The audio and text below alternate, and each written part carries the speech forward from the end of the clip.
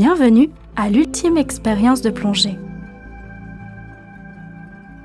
Vous êtes sur le point de démarrer l'une des plus grandes aventures de votre vie. Devenir un plongeur autonome est la première étape d'un voyage qui changera pour toujours votre vision du monde. Peu d'entre nous deviendront astronautes pour aller explorer l'espace. Mais être plongeur, c'est découvrir l'incroyable sensation d'apesanteur.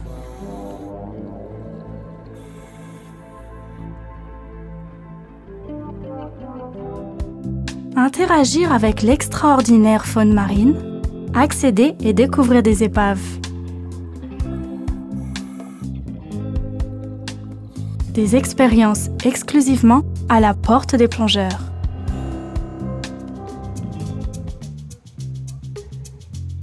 « 75% de la superficie de notre planète est constituée d'eau. Devenir un plongeur certifié et reconnu permet d'explorer la dernière véritable frontière, l'océan.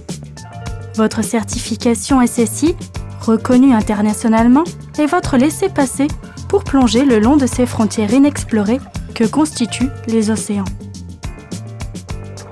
Devenir un plongeur, c'est assurer sa propre sécurité.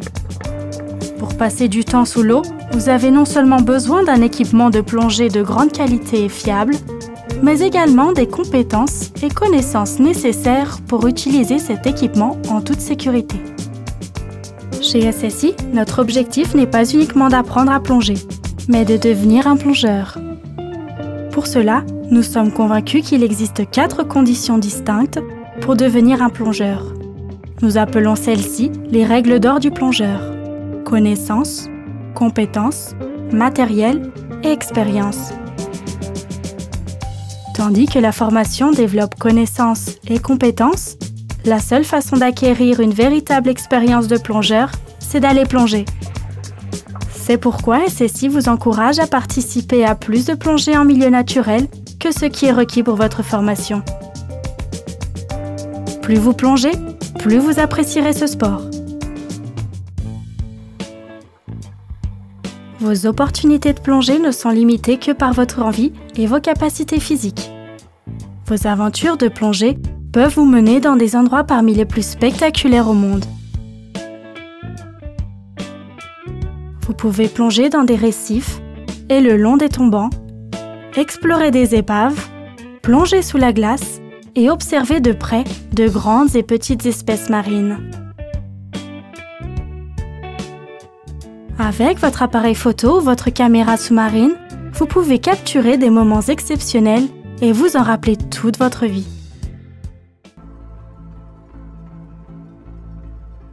Lorsque vous aurez réalisé toutes les obligations relatives à la certification Open Water Diver, vous obtiendrez votre permis de voyage et de formation continue en plongée. Choisissez jusqu'où vous voulez aller, vous pouvez même devenir professionnel de la plongée.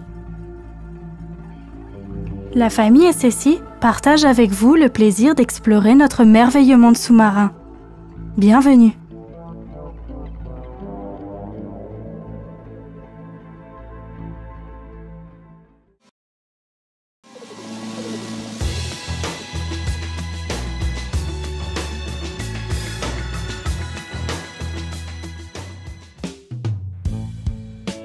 Le matériel et les techniques de formation ont fait d'énormes progrès depuis les débuts de la plongée loisir dans les années 50.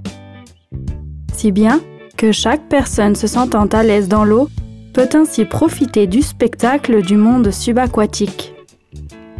Mais ceci ne dispense pas pour autant les plongeurs de certaines responsabilités vis-à-vis de leur corps et de l'environnement subaquatique. Lorsque vous plongez, vous ne faites pas uniquement l'expérience de nouvelles sensations. Vous soumettez également votre corps aux lois physiques. La loi la plus importante est celle concernant l'augmentation de la pression exercée par l'eau. En ce moment précis, vous n'êtes pas conscient de la pression de l'air qui entoure votre corps, car elle s'applique dans toutes les directions.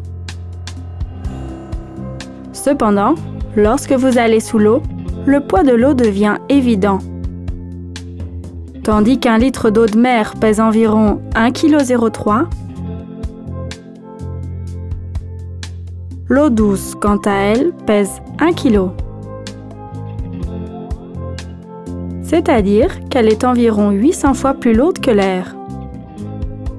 La pression de l'air se définit comme une force par unité de surface et dans le système métrique s'exprime généralement en bar et en PSI ou en atmosphère dans le système impérial.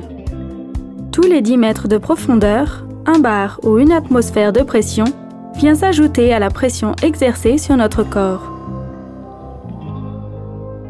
Alors que notre corps est principalement constitué de liquide, soit environ 70% de notre volume, les parties liquides sont considérées comme incompressibles pour les plongeurs.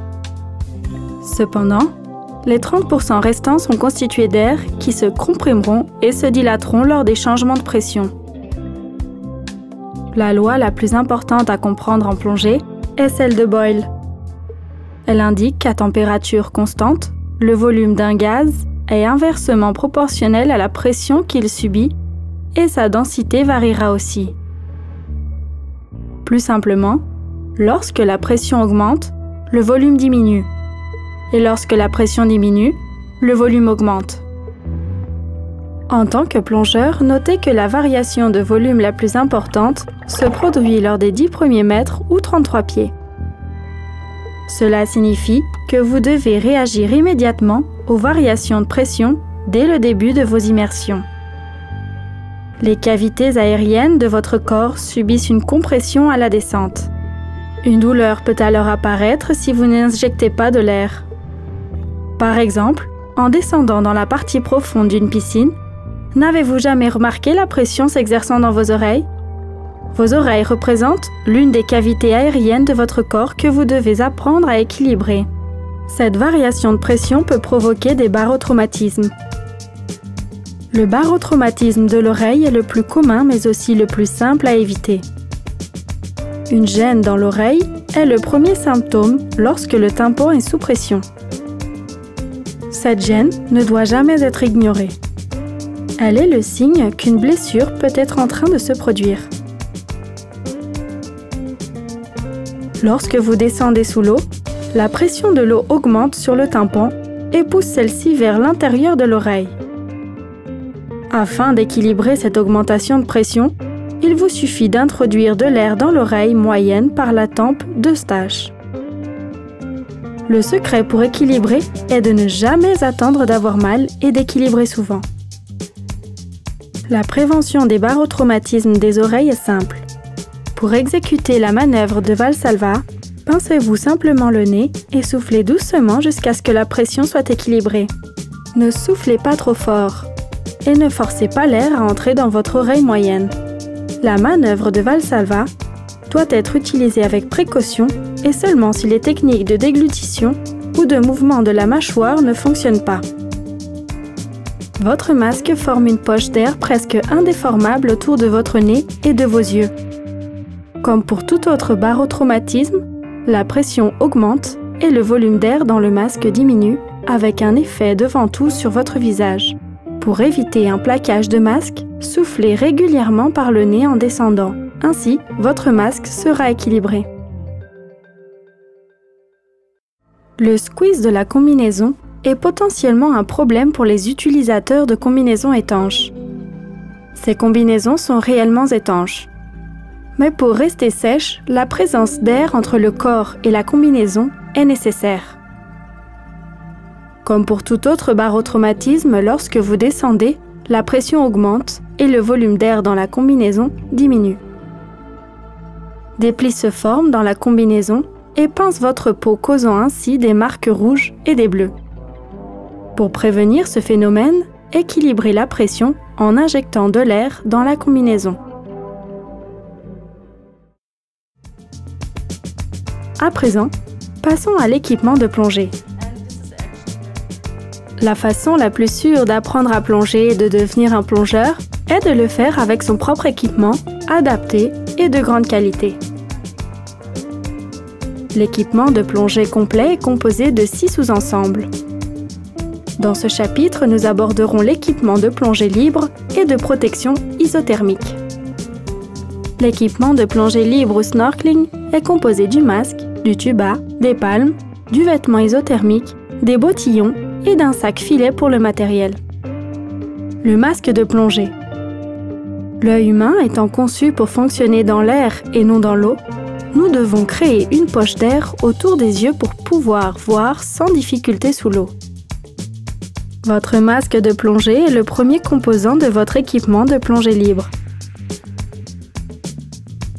Il vous permet de voir sous l'eau, vous protège le visage et les yeux des irritants dans l'eau, garde votre nez hors de l'eau et vous protège un peu de l'eau froide. Il existe de nombreux types de masques, mais tous ont la même fonction. L'élément le plus important pour votre masque concerne son réglage. Choisir le bon masque nécessite l'aide de votre professionnel SSI. Le masque doit s'ajuster au contour de votre visage. Une double jupe posée sur le contour du visage est très efficace pour empêcher l'eau d'entrer. Des sangles souples et confortables maintiennent le masque en place sur votre visage. Les verres de votre masque doivent être en verre trempé pour résister aux rayures et ne pas se casser. Si vous voulez réellement profiter de votre plongée et ne rien rater, n'oubliez pas de demander à votre professionnel une boîte de rangement pour votre masque, un spray nettoyant et une solution anti-buée. Vous serez bien content de l'avoir fait. Le tuba. L'élément suivant de votre équipement de plongée libre est le tuba. Il vous permet de nager en surface sans trop d'efforts et de respirer sans sortir la tête de l'eau. Figurant aussi dans l'ensemble de l'équipement de plongée, le tuba peut permettre de nager en surface avec le matériel.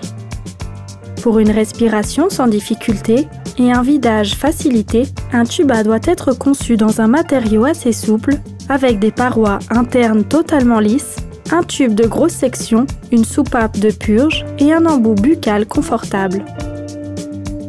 Le tuba se fixe du côté gauche du masque. L'utilisation du tuba nécessite qu'il soit orienté vers le haut lorsque vous regardez vers le bas. Cette position permet au plongeur de profiter du monde sous-marin tout en respirant facilement. Les palmes. À la différence des nageurs, les snorkelers et les plongeurs en scaphandre n'utilisent pas leurs bras pour la propulsion. Les palmes fournissent 100% de leur propulsion. Elles permettent de se propulser dans l'eau sans trop d'efforts, tout en augmentant considérablement la force du pied. Il existe deux types de palmes, chaussantes ou réglables. Les palmes chaussantes sont conçues pour les eaux chaudes et sont généralement portées pieds nus. Les palmes réglables sont conçues pour être portées avec des bottillons de plongée et sont utilisées pour tout type de plongée. Le modèle réglable est ajustable pour un meilleur confort. Les palmes trop serrées provoquent des crampes et les palmes trop larges peuvent causer des ampoules ou même être perdues en palmant. Votre professionnel SSI choisira avec vous le type de palme correspondante aux plongées que vous souhaitez réaliser. Le second élément de l'équipement de plongée est la protection isothermique. Sur Terre, vous portez différentes couches de vêtements pour éviter de perdre de la chaleur. Lorsque vous allez sous l'eau, il est important de porter une protection isothermique. En effet, le corps se refroidit 25 fois plus vite sous l'eau que sur Terre. Comme vous le découvrirez dans le chapitre 2, il est donc important de rester au chaud en plongée. Les combinaisons isothermiques sont aussi connues sous le nom de combinaisons humides, vêtements secs, lycra et autres vêtements protecteurs. Ces vêtements sont faits à partir d'un grand choix de matériaux pour protéger le plongeur de toutes les températures possibles. La caractéristique la plus importante d'une combinaison isothermique est son ajustement. Votre combinaison doit vous aller comme une seconde peau, suffisamment longue aux bras, aux jambes et sur le corps. Demandez à votre professionnel SSI de vous présenter les différentes options pour le type de plongée que vous souhaitez effectuer. Les gants ou mitaines protègent vos mains du froid ou d'une blessure. En eau froide, les gants assurent la dextérité manuelle nécessaire pour manipuler votre matériel de plongée et protège les mains du plongeur de toute abrasion ou irritation dans l'eau. Il existe différents types et épaisseurs de gants conçus pour tous les types de plongée. Cependant, les gants ne sont en aucun cas une invitation à toucher la faune et la flore sous l'eau. La cagoule. Il est possible de porter une cagoule pour obtenir plus de chaleur. Les principales pertes de chaleur se font par la tête, le torse, les avant-bras et l'aine. Ainsi, en augmentant la protection de ces endroits, la chaleur du corps peut être conservée. Le pavillon de plongée et la bouée. Certains pays exigent que les plongeurs marquent leur position sous l'eau à l'aide d'une bouée et d'un pavillon de plongée. Le pavillon de plongée signifie pour les bateaux « plongeurs sous l'eau », ralentissez et écartez-vous. Le pavillon doit seulement être utilisé lorsque des plongeurs se trouvent réellement dans l'eau. Vérifiez auprès de votre professionnel SSI quelles sont les lois applicables aux bouées et drapeaux de plongée dans votre région. Sac-filet.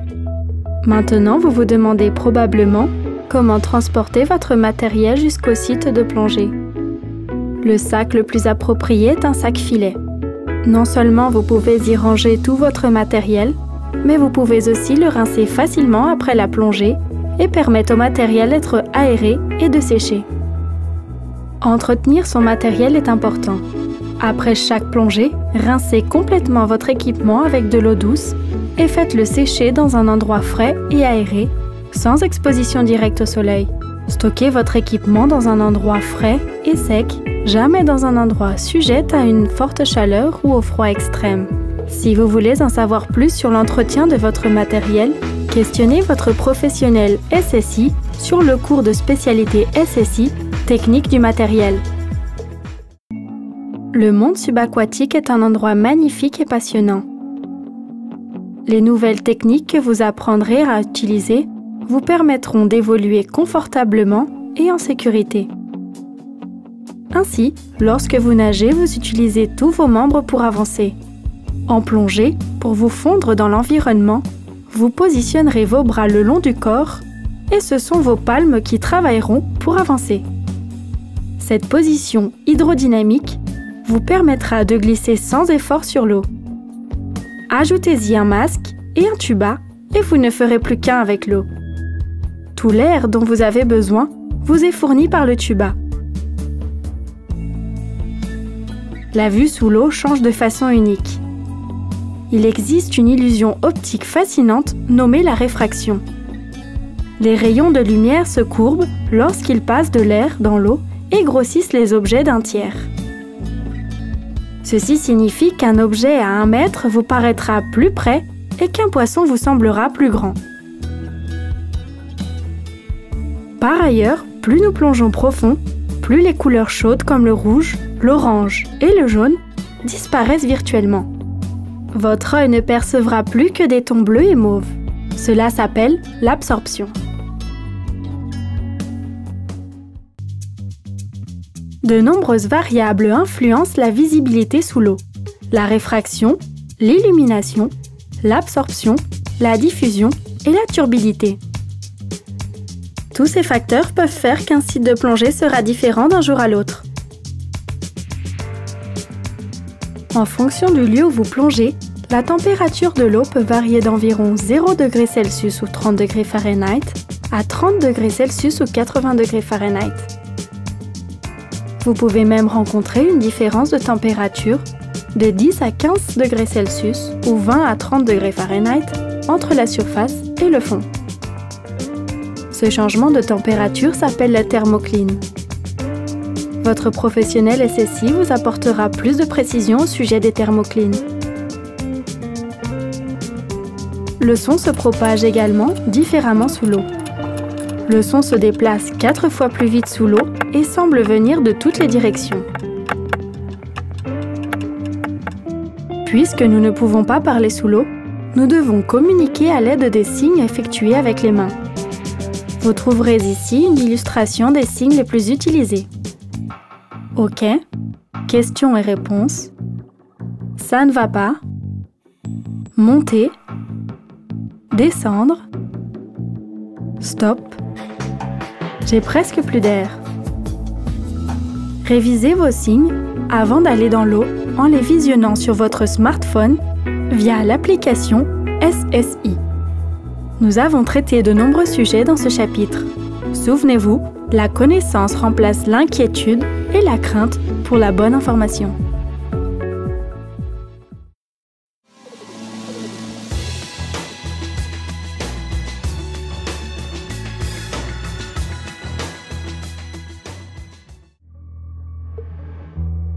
Lors de votre parcours pour devenir un plongeur, vous pouvez avoir une certaine inquiétude quant à la respiration sous l'eau. Mais respirer sous l'eau est aussi facile que respirer en surface. La seule différence est que le gaz que vous respirez sous l'eau vous est fourni par un détendeur, faisant partie du système d'alimentation en air. Le détendeur fournit automatiquement l'air de votre bouteille à la pression ambiante, vous permettant ainsi de respirer sans effort sous l'eau.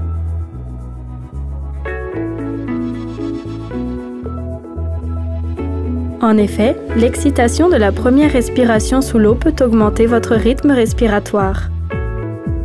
Mais une fois arrivé confortablement sous l'eau, vous reprendrez en main votre respiration et atteindrez un rythme respiratoire détendu et lent.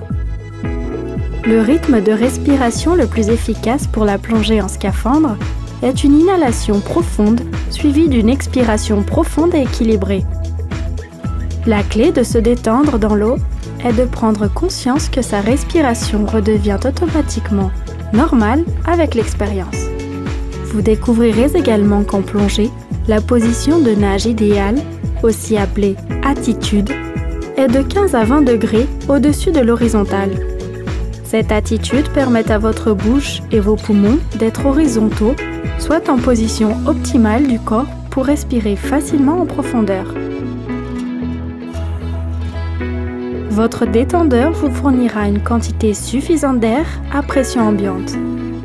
Cette quantité est déterminée par les conditions environnementales, l'effort que vous fournissez sous l'eau et votre condition physique. La consommation d'air augmente aussi directement avec la profondeur. Plus vous plongez profond, plus vous consommez d'air. Par exemple, un plongeur à 2 bars de pression absolue, à 10 mètres, utilise 2 fois plus d'air qu'un plongeur en surface. Un plongeur à 5 bars de pression, à 40 mètres, utilise 5 fois plus d'air qu'une personne en surface. Par ailleurs, un plongeur partageant de l'air avec un autre plongeur peut voir sa consommation en air être multipliée par 2 ou plus. Le choix de votre détendeur, celui qui vous servira pour toutes les conditions de plongée, est une décision des plus importantes que vous aurez à prendre dans l'achat de votre système d'alimentation en air. Votre professionnel SSI vous aidera dans cette décision importante.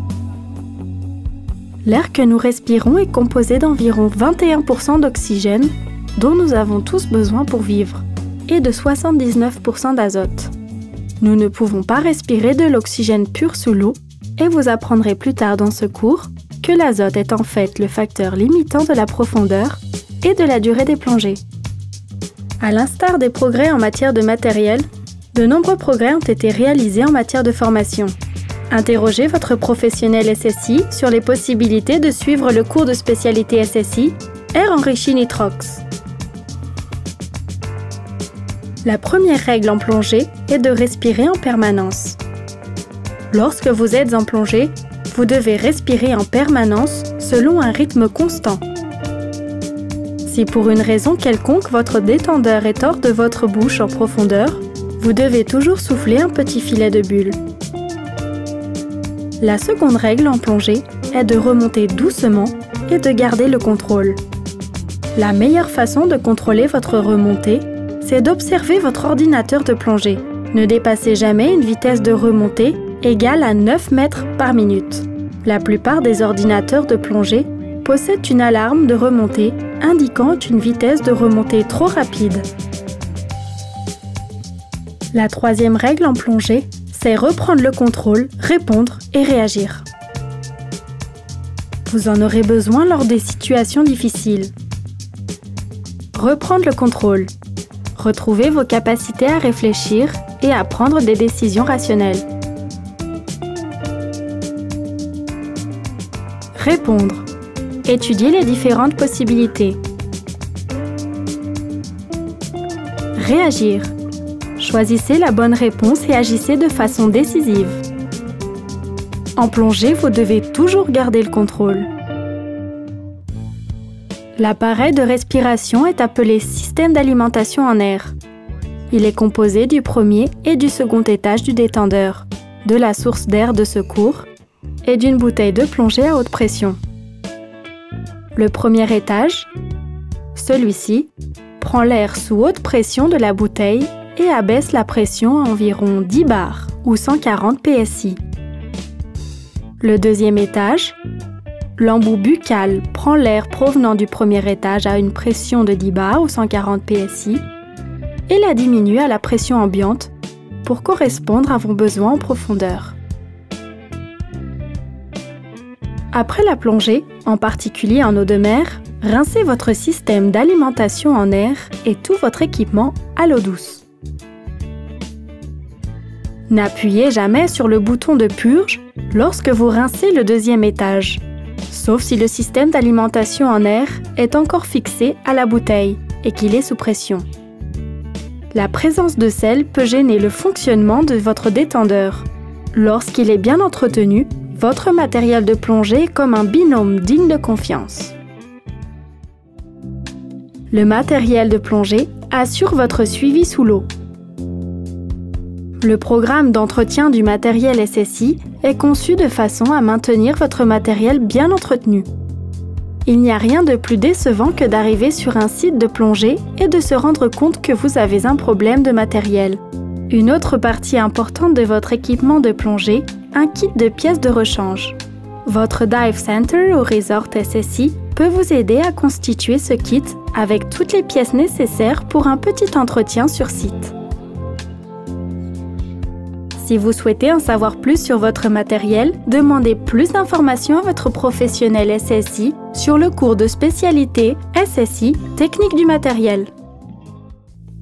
Il existe des bouteilles de plongée de différentes tailles et volumes et sont faites en acier ou en aluminium et pour différentes pressions.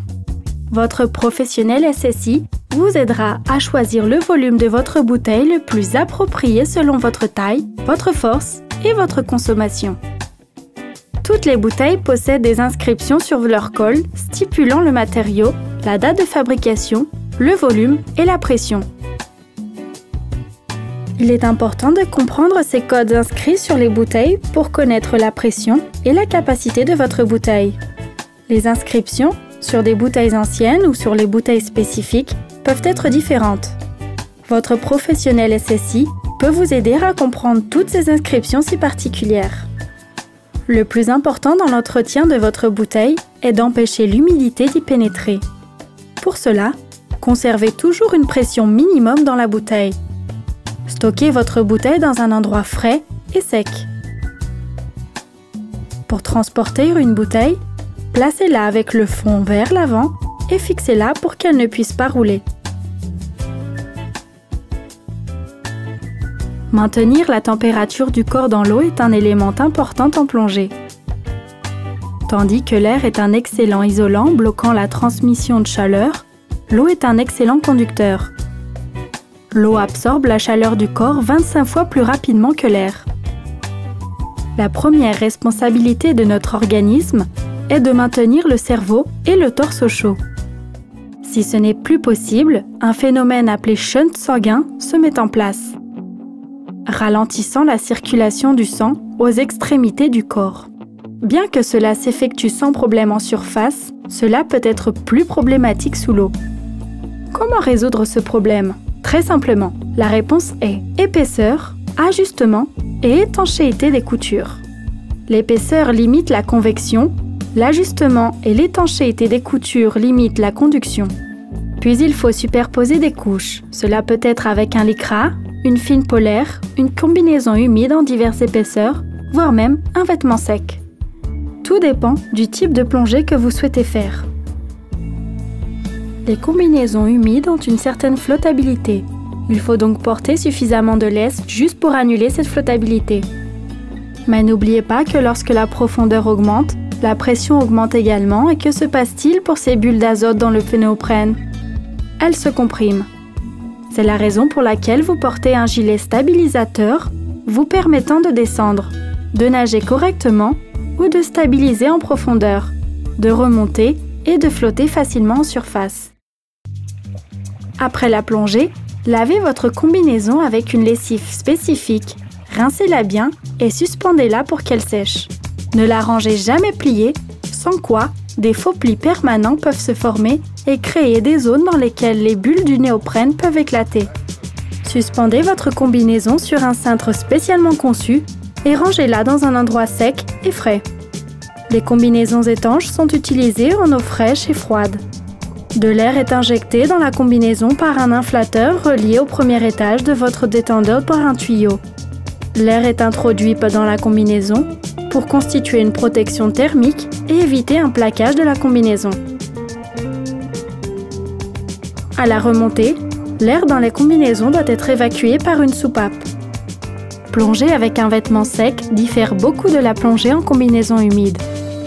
Si vous souhaitez essayer la plongée en vêtement sec, interrogez votre professionnel SSI sur le cours de spécialité vêtements secs. Un bon contrôle de la flottabilité fait toute la différence entre une plongée plaisante et une situation inconfortable, potentiellement dangereuse sous l'eau. De nombreux problèmes sérieux de plongée adviennent causés par un mauvais contrôle de la flottabilité. La flottabilité est la caractéristique d'un liquide poussant un objet immergé vers le haut.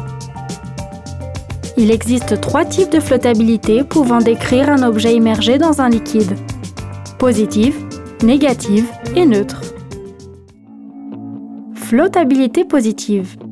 Un objet moins dense que le liquide flotte. Par exemple, tout objet pesant moins de 1,03 kg par litre flotte dans l'eau de mer. La flottabilité négative.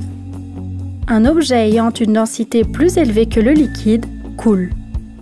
Par exemple, tout objet pesant plus de 1,03 kg par litre coule. La flottabilité neutre. Un objet ayant une densité égale à la densité du liquide ne flotte pas et ne coule pas.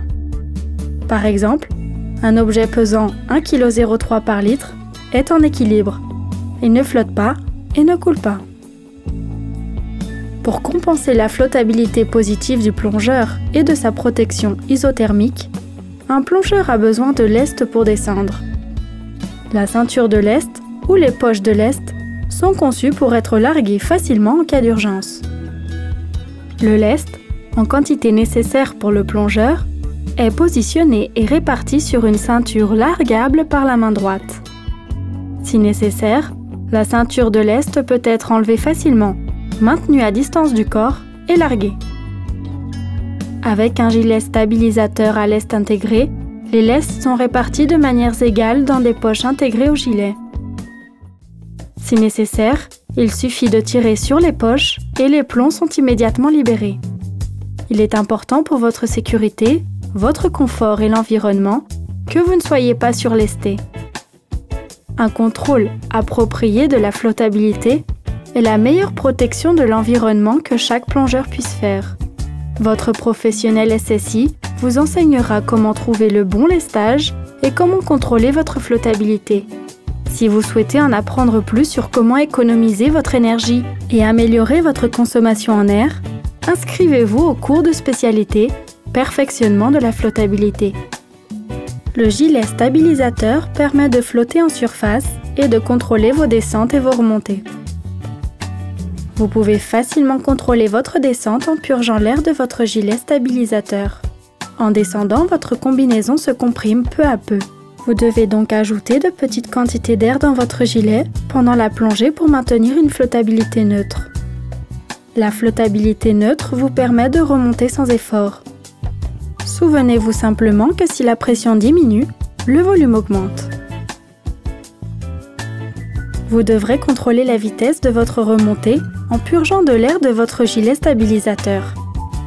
Rappelez-vous que les plus grandes variations de pression ont lieu dans les 10 derniers mètres ou 33 pieds. Votre ordinateur de plongée vous indiquera votre vitesse de remontée et votre palier de sécurité. Lorsque vous arrivez en surface, gonflez votre gilet stabilisateur pour obtenir une flottabilité positive. Après une plongée, ouvrez votre gilet stabilisateur par une soupape et faites couler de l'eau dans la vessie. Si vous possédez un gilet stabilisateur avec lest intégré, ôtez le lest avant le rinçage. Retournez le gilet dans tous les sens pour être certain que l'eau circule partout. Puis, tenez le gilet à l'envers, purgez vers le bas et laissez l'eau s'écouler. Séchez et stockez votre gilet dans un endroit frais et sec en le gonflant d'un tiers d'air. Le dernier élément du matériel de plongée est le système d'information. Il est conçu pour vous aider à préparer la plongée et suivre une planification de la plongée. Ordinateur de plongée, table de plongée SSI, carnet de plongée SSI Divelog. Voici comment tous ces éléments fonctionnent ensemble. Nous vivons dans un monde d'ordinateurs et la plongée récréative n'y échappe pas. Les ordinateurs de plongée s'activent automatiquement dans l'eau et commencent immédiatement à enregistrer des informations comme la profondeur, le temps, la pression de l'air, la température et le temps possible sous l'eau en fonction de votre consommation en air. De retour en surface, l'ordinateur de plongée assure également le suivi du temps passé hors de l'eau. Ainsi, vous pouvez mesurer votre intervalle en surface avant votre prochaine plongée. Il existe de nombreux ordinateurs disponibles pour différents types de plongée. Si vous prévoyez de suivre le cours de spécialité de Nitrox SSI, vous devez envisager d'acquérir un ordinateur programmable pour le Nitrox. De même, si vous prévoyez de suivre le cours de spécialité orientation SSI, vous devrez considérer l'acquisition d'un ordinateur avec un compas intégré. Le Divelog SSI permet l'enregistrement permanent des informations concernant votre certification, depuis vos séances théoriques à vos plongées de formation en piscine et en milieu naturel. Il n'est pas seulement important pour l'évaluation de vos compétences, mais aussi pour l'enregistrement de votre expérience en plongée. Le Divelog SSI dispose d'onglets pour le suivi de votre matériel et pour les informations médicales vous concernant. Le Divelog SSI permet d'ajouter de nouvelles pages si nécessaire. La lampe de plongée est un autre exemple d'accessoire très utile pour vos plongées. Une lumière artificielle vous permet de retrouver les véritables couleurs des coraux, même en profondeur.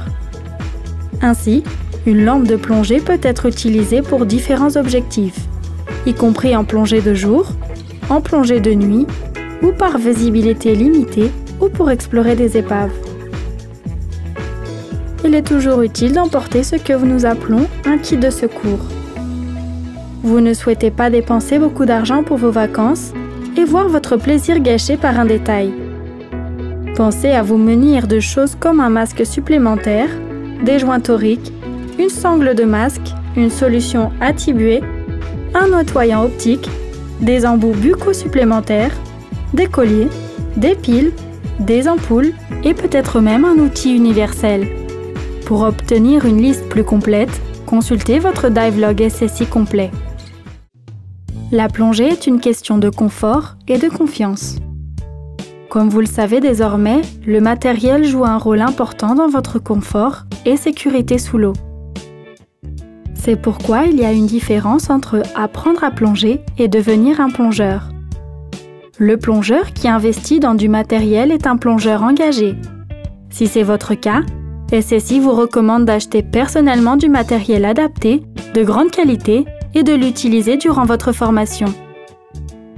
Vous serez ainsi plus en confiance lors de vos plongées en milieu naturel. Votre Dive Center et votre professionnel SSI sont des experts. Consultez-les lorsque vous avez des questions.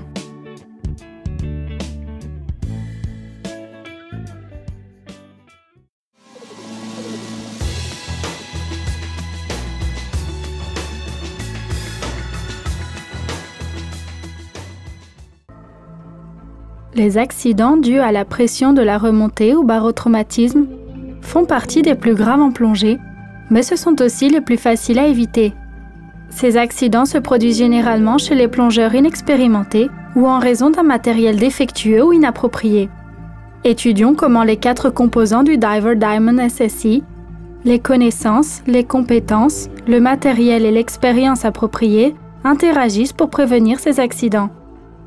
La prévention des accidents barotraumatiques se fait par l'apprentissage d'un rythme respiratoire efficace, la connaissance de votre condition physique et de vos limites physiques, la compréhension du mécanisme de ces accidents et comment les éviter, la planification de la plongée et une bonne technique de plongée, un entretien et une utilisation correcte du matériel de plongée.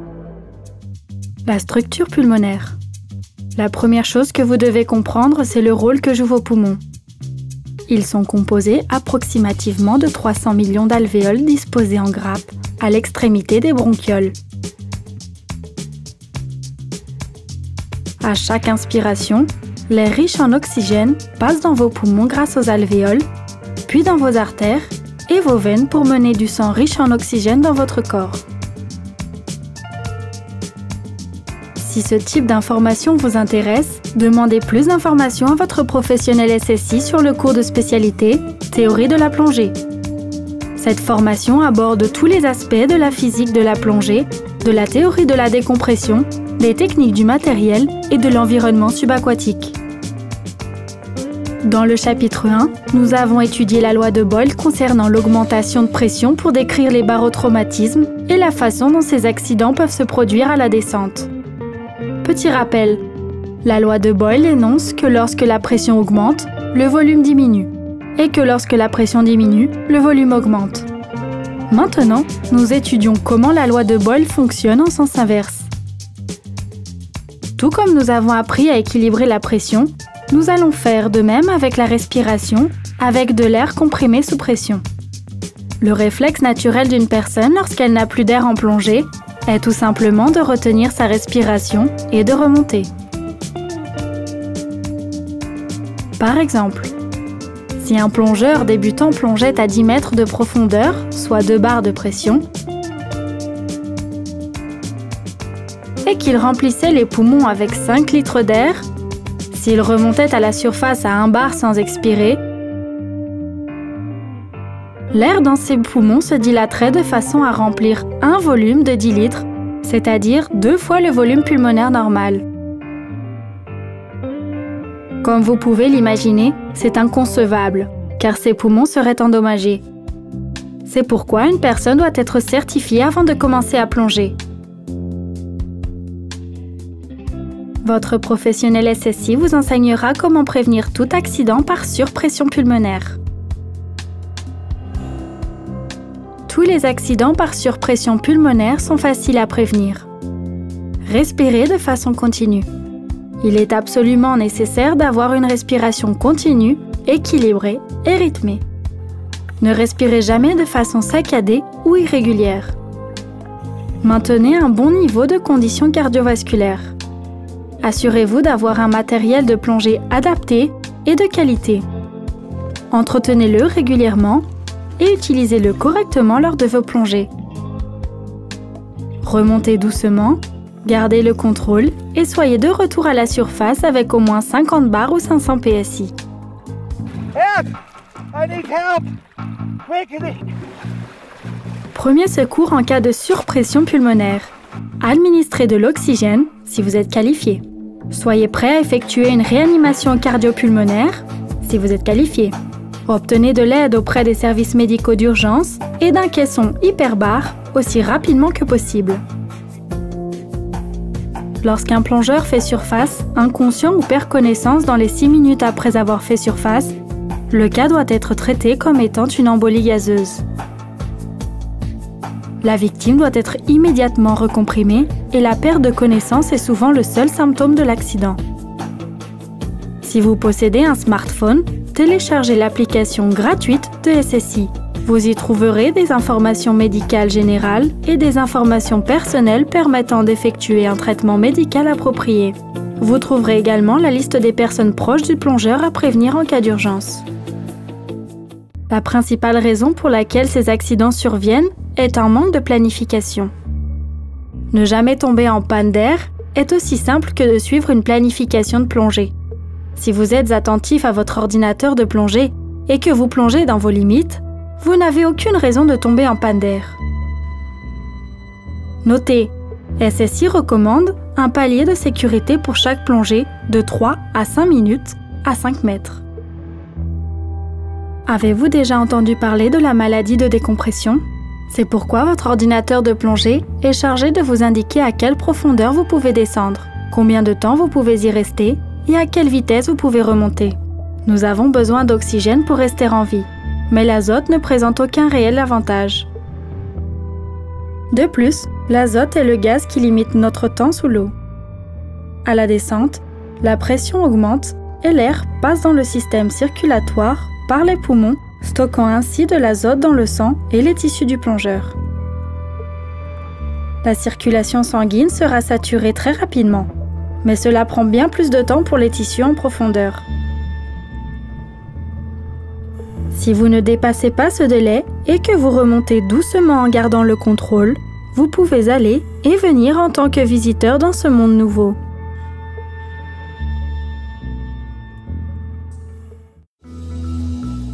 Quel est ce délai? Ne dépassez pas les limites de non-décompression. Votre professionnel SSI vous apprendra ce que sont les limites de non-décompression avec un ordinateur de plongée ou des tables de plongée. Comme énoncé, l'azote est un mauvais gaz qui restera dissous tant que la différence de pression ne soit pas trop élevée. Nous pouvons dire avec certitude que le corps humain peut supporter une certaine quantité d'azote. Il est important de noter que la maladie de décompression ne se produit que lorsqu'un plongeur reste trop longtemps en profondeur et refait surface trop rapidement. Le principal symptôme de la maladie de décompression est la douleur. Celle-ci se décrit comme étant profonde, intense et persistante, surtout dans les articulations. La maladie de décompression peut présenter d'autres symptômes, une éruption cutanée irritante, principalement dans les zones où la peau est fine, des troubles de la vision, une paralysie, une fatigue intense, une perte dextérité manuelle, des vertiges, un engourdissement, une détresse respiratoire, des maux de tête, une perte de connaissance, des pertes de mémoire et des nausées. Le traitement en cas de maladie de décompression ne peut être déterminé que par du personnel médical compétent. Dans la plupart des cas, ce sera une recompression. Le risque de lésion tissulaire est d'autant plus faible si le diagnostic et le traitement sont rapides.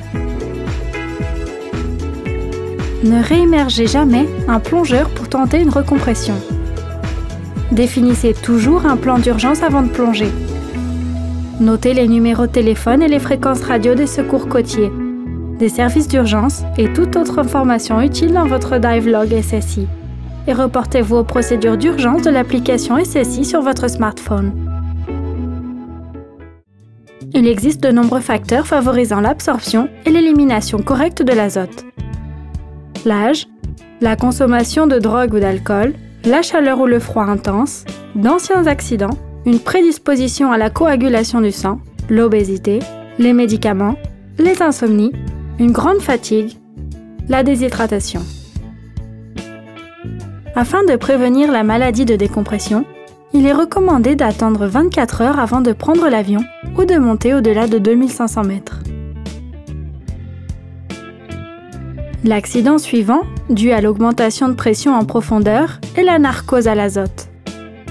L'augmentation de pression de l'azote produit cet effet qui commence généralement à partir de 30 mètres de profondeur, soit 4 bars de pression absolue ou 3,2 bars de pression partielle d'azote. Les symptômes s'intensifient au fur et à mesure que la profondeur augmente. Les symptômes surviennent souvent moins profonds chez les plongeurs peu expérimentés. Les symptômes de la narcose à l'azote sont énumérés selon des profondeurs croissantes. Étourdissement, engourdissement et augmentation de la confiance en soi.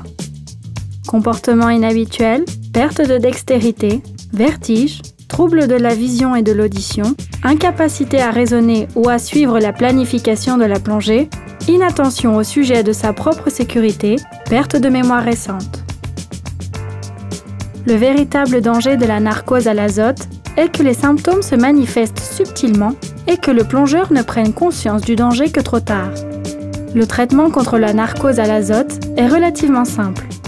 Il suffit de remonter vers la surface à moindre profondeur. L'hyperoxie. Comme étudié auparavant, nous avons tous besoin d'oxygène pour vivre. Mais l'oxygène respiré à une pression partielle trop élevée peut être toxique. C'est pourquoi, sous l'eau, nous n'utilisons pas d'oxygène pur. L'hyperoxie se produit lorsque la pression partielle d'oxygène dans le mélange respiratoire approche 1,6 bar. Rappelez-vous, l'air que vous respirez sous l'eau est de l'air comprimé. C'est le même air que nous respirons tous les jours, mais filtré et hautement purifié. En résumé, presque toutes les situations d'urgence en plongée font suite à une erreur du plongeur. En plongeant avec un équipement haut de gamme, adapté et qui vous est propre, il est extrêmement rare qu'un problème survienne suite à un dysfonctionnement du matériel. Généralement, tous les accidents de plongée que nous avons développés peuvent être facilement évités en se faisant conseiller par son Dive Center SSI pour choisir du matériel de plongée haut de gamme et recevoir la formation complète pour l'utilisation de ce matériel et être certain d'avoir compris toutes les caractéristiques conçues pour votre confort, votre confiance et votre sécurité.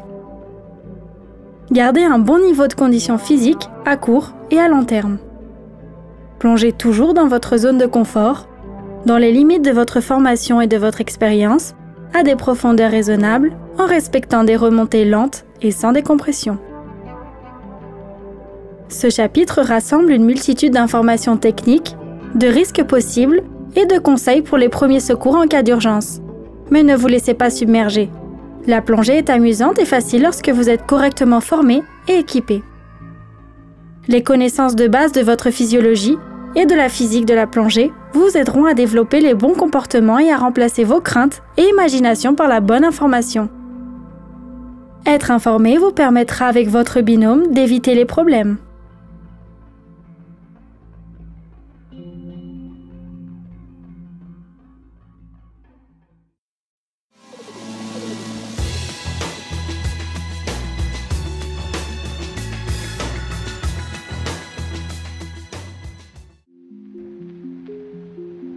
Les vagues sont principalement formées par le vent soufflant sur la surface de l'eau. Lorsque le haut des vagues se déplace plus rapidement que la partie inférieure, la partie supérieure se brise et roule au-devant de la vague, créant l'apparition d'une crête blanche.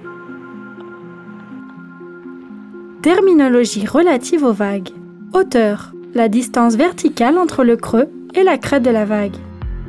Le creux, le point le plus bas de la vague. Crête, le point le plus haut de la vague. Longueur, la distance horizontale entre deux crêtes ou entre deux creux. Série de vagues, décrit une série ou un groupe de vagues approchant de la plage. Il existe une période de calme relatif entre deux séries de vagues. Intervalle, le temps que prend chaque crête pour passer un certain point. Si l'intervalle est court, les plongeurs auront peu de temps pour se reposer entre deux vagues. La houle, le mouvement d'arrière en avant des vagues lorsqu'elles s'approchent de la plage. Si vous utilisez la houle à votre avantage, vous pouvez vous déplacer sans effort dans l'eau.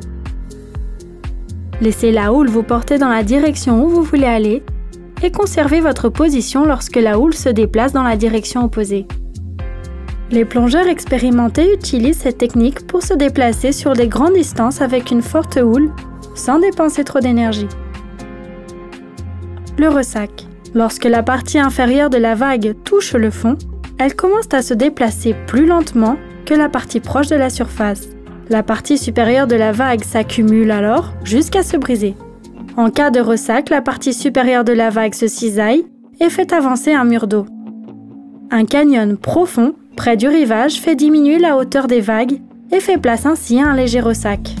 Un récif situé près du rivage provoque une augmentation de la hauteur du ressac. Les courants.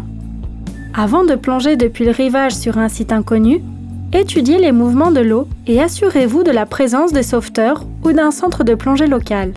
Il est préférable d'observer les courants sortants depuis un surplomb au-dessus de la plage. Pour repérer un courant sortant depuis la plage, cherchez des ruptures dans la ligne de ressac causée par l'écoulement de l'eau en surface. Les courants sortants se déplacent toujours au large, sur une ligne presque perpendiculaire à la plage.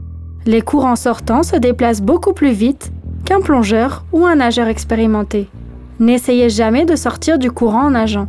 Les courants sortants ne se déplacent que sur quelques centaines de mètres depuis la plage. Ainsi, pour s'extraire d'un courant sortant, il vous suffit de nager parallèlement à la plage sur quelques mètres.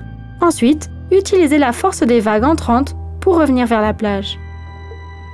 Apprendre à utiliser les courants à votre avantage peut vous permettre d'accéder à des expériences particulières en plongée. Pour être prêt pour toutes vos aventures de plongée, SSI vous recommande de suivre les cours de spécialité Plongée depuis un bateau et vagues, marée et courant. Un binôme vous aide au cours de toutes les phases de la plongée et vous partagez le plaisir de plonger ensemble. Un binôme aide à la planification de la plongée, à s'équiper, au contrôle du matériel avant la plongée, à la mise à l'eau pendant la plongée, à l'entretien du matériel de plongée et à l'enregistrement des informations relatives à la plongée. Plonger avec un binôme est la seule véritable façon de plonger. Ne plongez jamais seul.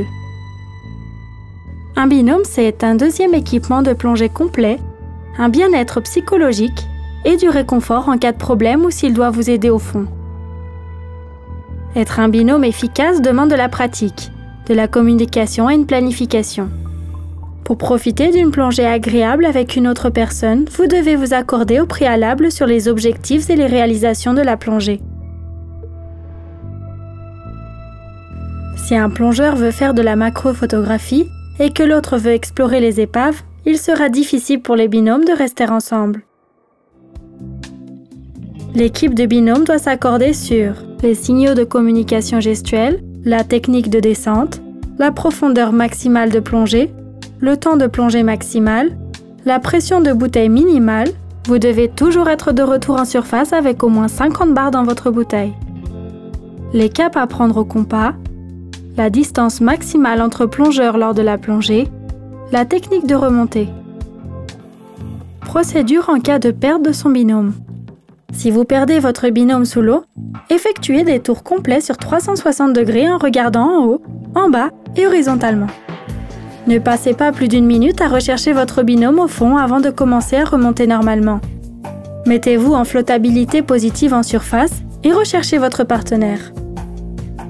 Familiarisez-vous avec le matériel de plongée de votre binôme, en particulier l'emplacement de sa source d'air de secours, son gilet stabilisateur, son inflateur et son système de lestage. Votre binôme de plongée peut être votre conjoint, un ami ou quelqu'un qui vous a été assigné par le Dive Master sur le bateau. Vous pouvez toujours refuser de plonger avec quelqu'un avec qui vous n'êtes pas à l'aise. Faites confiance à vos instincts, peu importe le binôme prévu. Rappelez-vous, votre sécurité et votre confort en milieu naturel sont primordiaux pour toute plongée. Prendre du matériel supplémentaire et être dans les meilleures conditions physiques et mentales ne peut en aucun cas composer les risques accrus d'une plongée en solo. La meilleure façon de plonger, c'est avec un binôme. Il existe de nombreuses raisons à la planification de vos plongées, la principale étant de prévenir les accidents. La meilleure façon de prévenir les accidents et de profiter de chaque plongée, c'est avec un ordinateur de plongée. Ils sont conçus pour les plongeurs d'aujourd'hui et prennent en compte la façon dont nous plongeons réellement. Avec des profils à multiniveaux, un enregistrement automatique du temps de plongée, l'indication de la vitesse de remontée, le calcul des intervalles de surface et l'enregistrement du nombre de plongées réalisées sur une journée ou même sur une semaine. Les ordinateurs de plongée sont agréables, faciles et pratiques d'utilisation. Bien que la plongée avec ordinateur soit la méthode utilisée par la plupart des plongeurs actuels, il est important de comprendre l'effet d'une ou plusieurs plongées sur votre corps. Cela vous permettra de planifier une ou plusieurs plongées en toute sécurité. Avant de commencer à planifier des plongées, nous devons tous parler le même langage ou utiliser la même terminologie. Voici quelques mots-clés que vous devez connaître pour vous aider à comprendre comment fonctionne un ordinateur de plongée. Profondeur, temps total de plongée, temps de plongée, azote résiduel, intervalle de surface, plongée successive, limite de plongée sans décompression, plongée sans décompression. Les ordinateurs de plongée sont essentiels pour la planification et la réalisation de vos plongées. Ils enregistrent toutes les informations importantes et vous aident à rester dans les limites de plongée sans décompression. Cependant, il existe quelques règles à respecter. Ayez toujours votre propre ordinateur de plongée, ne le partagez pas avec votre binôme, vérifiez le niveau de batterie de votre ordinateur avant la plongée, respectez les limites de votre ordinateur, assurez-vous de respecter toutes les alarmes de sécurité, suivez la vitesse de remontée ou respectez l'alarme sonore pour respecter la vitesse de remontée préconisée. Restez dans vos limites et soyez prudents. Planifiez et réalisez votre plongée avec attention et prévoyez un plan de secours si votre ordinateur tombe en panne. Lors d'une plongée depuis un bateau ou avec un groupe organisé, le directeur de plongée fera très probablement un briefing préalable à la plongée. Ce briefing peut comporter des éléments comme les paramètres de plongée, combien de temps vous pouvez passer au fond, dans quelle direction nager, la règle des 50 bars, etc. Lorsque vous plongez depuis un bateau, planifiez votre plongée, gréez votre matériel et prévoyez de vous équiper et de régler votre matériel de façon à être prêt à vous mettre à l'eau dès l'arrivée du bateau sur le site de plongée. Lors des sorties organisées, la plupart des décisions peuvent être prises par vous, mais il peut être judicieux de questionner le capitaine ou le dive master pour savoir à quel moment vous équiper. Si vous êtes sujet au mal de mer, demandez un médicament à un médecin de plongée et informez également votre responsable de groupe de sorte qu'il vous permette de vous mettre à l'eau dès votre arrivée sur site. En confirmant votre planification, en gréant votre matériel et en prévoyant de vous équiper avant d'arriver sur le site de plongée, vous minimiserez le temps passé sur le pont une fois le bateau ancré. La plupart des capitaines de bateaux s'efforcent de trouver une zone relativement calme. Néanmoins, l'état de la mer varie en fonction des régions, assorti des préférences personnelles des capitaines de bateau. Son état déterminera les techniques à utiliser pour se mettre à l'eau et sortir de l'eau. Soyez vigilants lors du briefing préalable à la plongée, puisque les différentes possibilités seront évoquées. Avant de vous mettre à l'eau, assurez-vous que la zone de mise à l'eau est dégagée, sans plongeur ou autre obstacle, indépendamment de la technique choisie. Votre professionnel SSI vous enseignera les différentes techniques de mise à l'eau lors de vos séances en piscine. Après vous être mis à l'eau, contrôlez votre flottabilité, puis descendez avec votre binôme jusqu'à la profondeur planifiée. Restez ensemble pendant la descente et équilibrez fréquemment pour éviter les problèmes. L'orientation sur Terre peut se faire de deux façons, naturelle ou au compas. Il en est de même sous l'eau. Pour vous orienter sous l'eau, vous devez être capable soit d'utiliser les éléments naturels comme des formations coralliennes, soit de suivre une série de caps sous l'eau. L'objectif est d'éviter le long trajet en surface à la nage pour rejoindre votre point de mise à eau.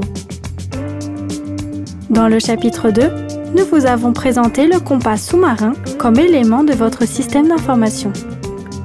Étudions désormais comment il fonctionne. L'aiguille pointant le nord est une aiguille aimantée s'orientant vers le nord magnétique. Elle doit toujours être votre ligne de référence. Toute orientation subaquatique simple est effectuée selon le nord magnétique. La ligne de foie, ou ligne de cap, indique la direction dans laquelle vous nagez. Elle permet d'aligner le corps du plongeur dans la direction à suivre. Avec une ligne de cap sur la vitre du compas, faites simplement tourner la couronne mobile pour positionner le cap à suivre dans la ligne. Cela vous donnera la direction pour revenir au bateau ou au rivage. Comprendre comment s'orienter dans des situations simples ne fait pas de vous un spécialiste de l'orientation, mais vous donne les principes de base. Si vous souhaitez en apprendre plus et devenir spécialiste de l'orientation, interrogez votre professionnel SSI à propos du cours de spécialité SSI Orientation. Les remontées doivent être planifiées. Cela veut dire que votre binôme et vous devez utiliser un tiers de votre air pour l'aller, un tiers pour le retour au bateau et votre palier de sécurité, et revenir au bateau avec 35 bars ou 500 PSI chacun. Pour cela, vous devez tous deux contrôler régulièrement votre système d'information. Lorsqu'il est temps de remonter vers votre palier de sécurité et que vous êtes en flottabilité neutre, souvenez-vous que votre bouteille est plus légère en raison de l'air consommé. N'oubliez pas, lorsque la pression diminue, le volume augmente. Pour purger votre gilet, tenez le tuyau de purge de votre gilet stabilisateur dans la main gauche et votre système d'information, l'ordinateur de plongée, pour une remontée contrôlée, lente et agréable. Regardez vers le haut pendant la remontée pour vérifier où est le bateau, la ligne de mouillage, la ligne de descente ou la bouée, et restez près de votre binôme. Les plus grandes variations de pression ont lieu entre 0 et 10 mètres. Plus vous remontez lentement de cette profondeur vers votre palier de sécurité, mieux c'est. En surface, gonflez votre gilet stabilisateur pour flotter. SSI recommande un palier de sécurité pour chaque plongée de 3 à 5 minutes à 5 mètres. Conservez votre équipement jusqu'à ce que vous soyez sur le pont du bateau. Les seules exceptions peuvent être d'enlever vos palmes pour remonter à l'échelle, d'enlever votre leste pour vous mettre en flottabilité positive, ou d'enlever du matériel et de le donner à quelqu'un si votre capitaine vous le demande. Choisissez toujours les procédures les plus appropriées aux conditions de plongée pour vous mettre à l'eau et sortir de l'eau. Prenez quelques précautions en cas de chute accidentelle dans l'eau. Conservez votre masque en place pour voir, votre détendeur ou votre tuba en place pour respirer et votre gilet de stabilisation gonflé pour flotter. Après votre plongée et après avoir rincé et rangé votre matériel pour la prochaine plongée, il est temps de compléter votre dive log. SSI est convaincu qu'il est essentiel de tenir un registre précis de vos informations personnelles et de vos plongées. Bien sûr, votre ordinateur de plongée en fait de même, mais il n'enregistre qu'un certain nombre d'informations. Ce qui rend une plongée agréable ou pas, c'est de savoir quelle combinaison isothermique porter et quel est le bon lestage en fonction des plongées. Pourquoi ? Parce que la prochaine fois que vous irez plonger, vous ne vous souviendrez pas nécessairement combien de plomb vous aviez avec cette combinaison, sauf si vous l'avez noté. La plongée est un sport d'infinie découverte. De nouvelles plongées, et votre dive log deviendra la mémoire permanente de tous les souvenirs merveilleux que vous aurez eus en plongée. Et ça, c'est inestimable. Votre professionnel SSI vous accompagnera dans la découverte de votre dive log SSI et pour utiliser, complétez chaque page. Votre dive log deviendra aussi le lieu d'enregistrement de vos plongées et de certification pour l'open water et de tous les autres cours que vous déciderez de suivre. Les dive centers et resorts vous demanderont votre dive log pour attester les différents types de plongées pratiquées et de l'expérience que vous possédez. À nouveau, un grand nombre d'informations vous ont été présentées dans ce chapitre concernant les conditions environnementales, la relation binôme, la planification des plongées et leur réalisation. Un tel volume d'informations peut paraître lourd, mais en maîtrisant toutes ces informations, vous deviendrez rapidement un plongeur sûr et compétent, prêt à vivre pleinement de nombreuses années de merveilleuses aventures sous-marines.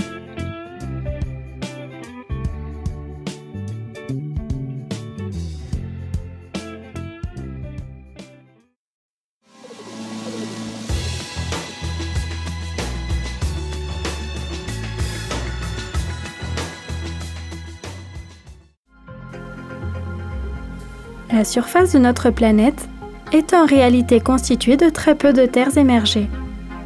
72% de cette surface correspond à de l'eau. Plus de 85% de l'oxygène est produit par les plantes marines. Même la photosynthèse sur Terre a besoin d'eau provenant des océans. Nous sommes tous reliés directement ou indirectement aux océans, qui sont les grands gardiens du monde. nous devons faire de notre mieux pour que les océans restent propres et exempts de toute pollution. Nous devons les laisser dans leur état originel si nous souhaitons pouvoir continuer à apprécier leur beauté naturelle. Pour vous, les océans peuvent être de fantastiques terrains de jeu, mais les terrains de jeu sont divertissants et excitants seulement si nous les conservons propres et bien entretenus. Les coraux sont des colonies animales qui construisent des structures de calcaire, formant souvent des récifs étendus dans les eaux tropicales peu profondes où domine la lumière du soleil et les eaux chaudes. Les animaux du corail, ou les polypes, se fixent de manière permanente à une surface telle qu'un rocher et construisent lentement autour d'eux des structures et des réseaux protecteurs que nous percevons comme des récifs coralliens. Certains coraux sont fragiles et d'autres sont coupants ou urticants. Ces coraux peuvent être facilement endommagés par des plongeurs négligents qui heurtent les coraux avec leurs palmes ou se cognent dans les récifs avec leurs bouteilles. Pour éviter de vous blesser sur le corail, attachez bien votre matériel et maîtrisez votre flottabilité au-dessus des récifs. Il est aussi recommandé de rester à une certaine distance du récif pour éviter de l'endommager. Il est préférable d'apprécier les récifs avec les yeux qu'avec les mains. Le simple fait de toucher les coraux peut leur enlever une couche de mucus protecteur, les rendant plus sensibles à des lésions ou à des infections. Hélas, dans cette vidéo, nous n'avons pas suffisamment de temps pour vous montrer la totalité des 40 000 espèces de poissons des océans de la planète. Si vous êtes particulièrement intéressé par la vie marine ou par la photographie sous-marine, interrogez votre professionnel SSI au sujet des cours de spécialité, photographie numérique et identification de la vie marine. Nous sommes tous émerveillés par l'incroyable beauté du monde sous-marin. Comme vous l'avez appris, il s'agit d'un écosystème délicat et équilibré. Et nous espérons que vous aiderez à protéger cette ressource inégalable. Il y a 3 choses que vous devez faire pour protéger cette ressource. Évoluez en flottabilité neutre à tout moment. Gardez votre matériel collé à vous, aucun équipement ne doit traîner au risque d'endommager le récif. Soyez toujours un plongeur responsable. Bien que les plongées au large et depuis le rivage soient populaires, il existe de nombreuses possibilités intéressantes de plonger en eau douce à l'intérieur des terres. De nombreux plongeurs vivent trop loin des côtes pour pouvoir plonger exclusivement en mer. Ils trouvent donc des sites de plongée variés et intéressants près de chez eux. Les sites de plongée de l'intérieur des terres peuvent par exemple être des lacs, des rivières, des carrières, étangs et mines, pour n'en citer que quelques-uns.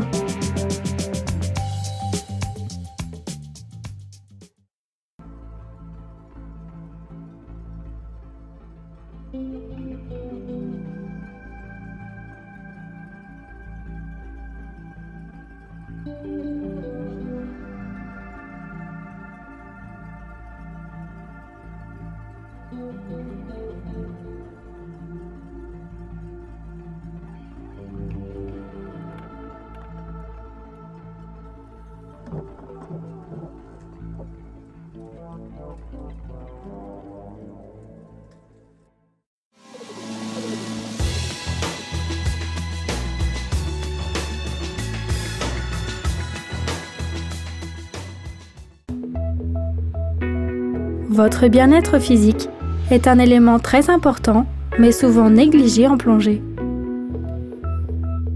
Plus vous serez en forme physiquement, plus vous profiterez de votre vie, y compris de la plongée. Il existe certaines choses très importantes que les plongeurs doivent faire ou ne pas faire. Par exemple, les boissons alcoolisées ou les drogues ne font pas bon ménage avec la plongée.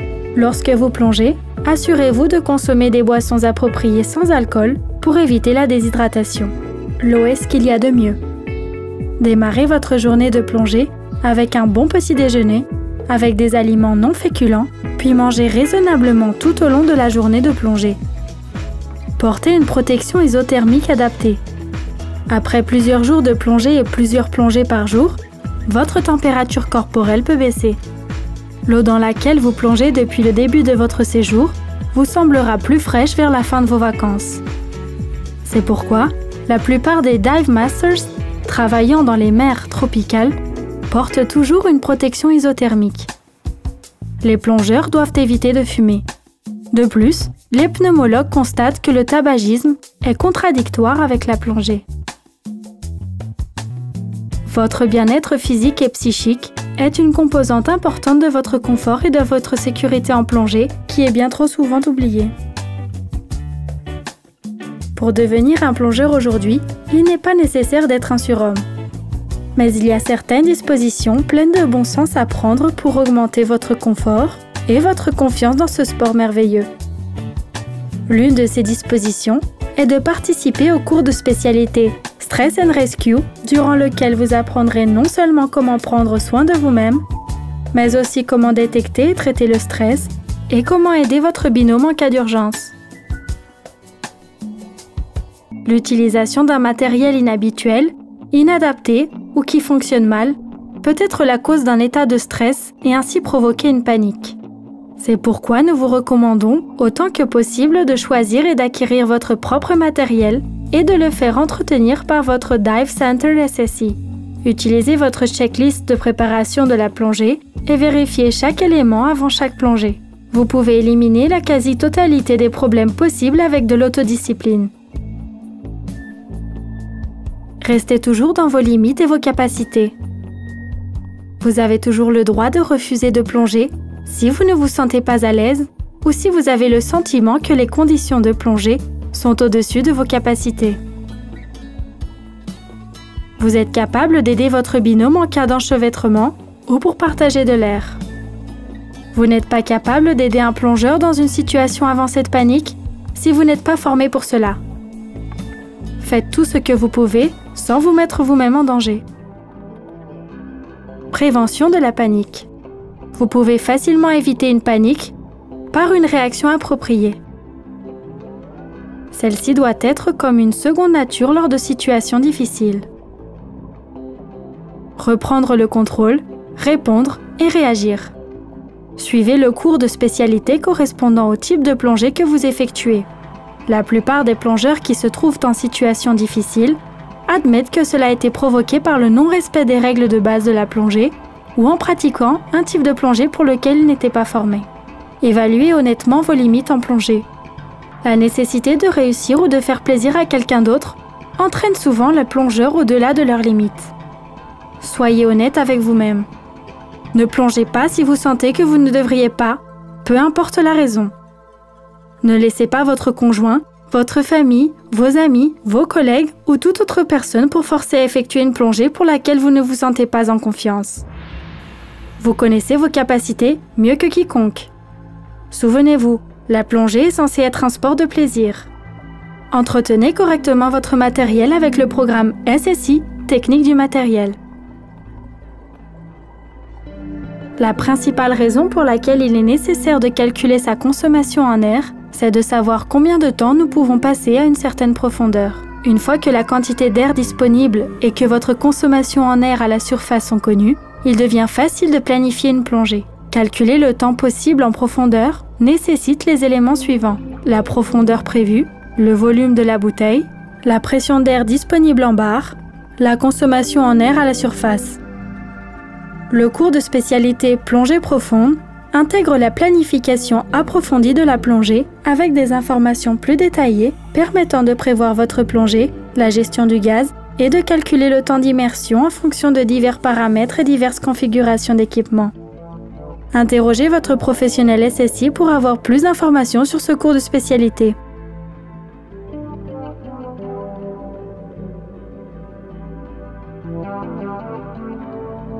Si vous respectez les règles de la plongée en scaphandre, vous ne devriez jamais être en situation de panne d'air. Mais si cela arrive, voici un des plus graves exemples d'urgence en plongée: la panne d'air en profondeur. La première réaction face à une panne d'air en profondeur, c'est le choc et une poussée d'adrénaline provoquée par la réaction de combat ou de fuite. C'est là que votre formation prend tout son sens. Vous réalisez immédiatement qu'une remontée panique incontrôlée aurait de graves conséquences. Prenez un moment pour reprendre vos esprits et refusez la réaction instinctive. Votre binôme est proche de vous.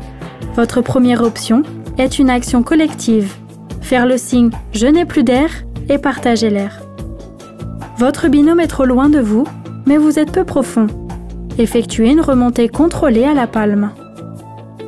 Votre binôme est trop loin et vous êtes en profondeur. Effectuez une remontée d'urgence au gilet. Vous devez vous engager à revoir les procédures relatives à la remontée d'urgence pour les mémoriser jusqu'à ce qu'elles fassent partie de votre comportement de plongeur.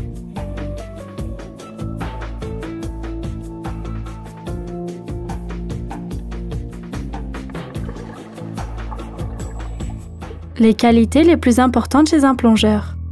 La maturité, le discernement et l'engagement dans la formation continue aux techniques de plongée appropriées pour la sécurité.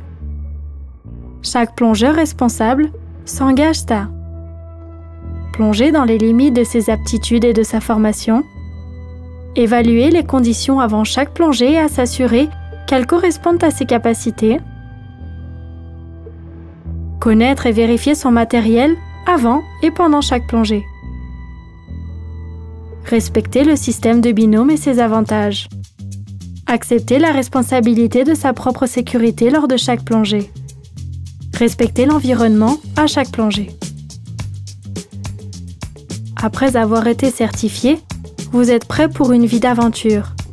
La plongée offre d'infinies possibilités d'exploration, de découverte, d'apprentissage et de nouvelles expériences. Vous pouvez aller aussi loin que votre passion et votre enthousiasme vous portent. Pénétrer le monde sous-marin en tant que plongeur autonome qualifié est une expérience passionnante. La connaissance vous donne le contrôle. Ainsi, la pratique de la plongée devient plus agréable à chaque fois que vous entrez dans l'eau. La formation continue ajoute du plaisir à la pratique et vous ouvre de nouveaux horizons sous-marins. Votre certification Open Water Diver n'est que le point d'entrée dans le système éducatif SSI. Les cours de spécialité de SSI vous enseignent comment pratiquer les différentes activités de plongée bien spécifiques et il existe de nombreux cours de spécialité. En combinant des spécialités et de l'expérience, vous pouvez obtenir les niveaux de reconnaissance de formation continue SSI suivants: Specialty Diver, Advanced Open Water Diver et Master Diver.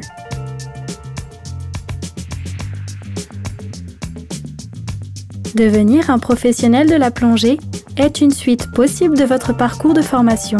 Si guider des plongées vous intéresse, si vous souhaitez assister d'autres professionnels de la plongée ou faire carrière dans la plongée à l'air, interrogez votre professionnel SSI et le personnel de votre Dive Center concernant les nombreux niveaux d'encadrement tels que le Dive Guide, le Dive Master, le Dive Control Specialist et même Open Water Instructeur SSI. Vous avez appris les bases de la plongée lors de votre formation Open Water Diver. Vous pouvez désormais dire que, comme l'illustre de Diver Diamond, des connaissances adaptées, des compétences adaptées, du matériel adapté et de l'expérience rendent la plongée agréable. Le reste vous incombe. Travaillez avec votre professionnel SSI, posez-lui des questions et prenez plaisir à apprendre et à acquérir l'expérience requise pour devenir un plongeur à l'aise et en confiance.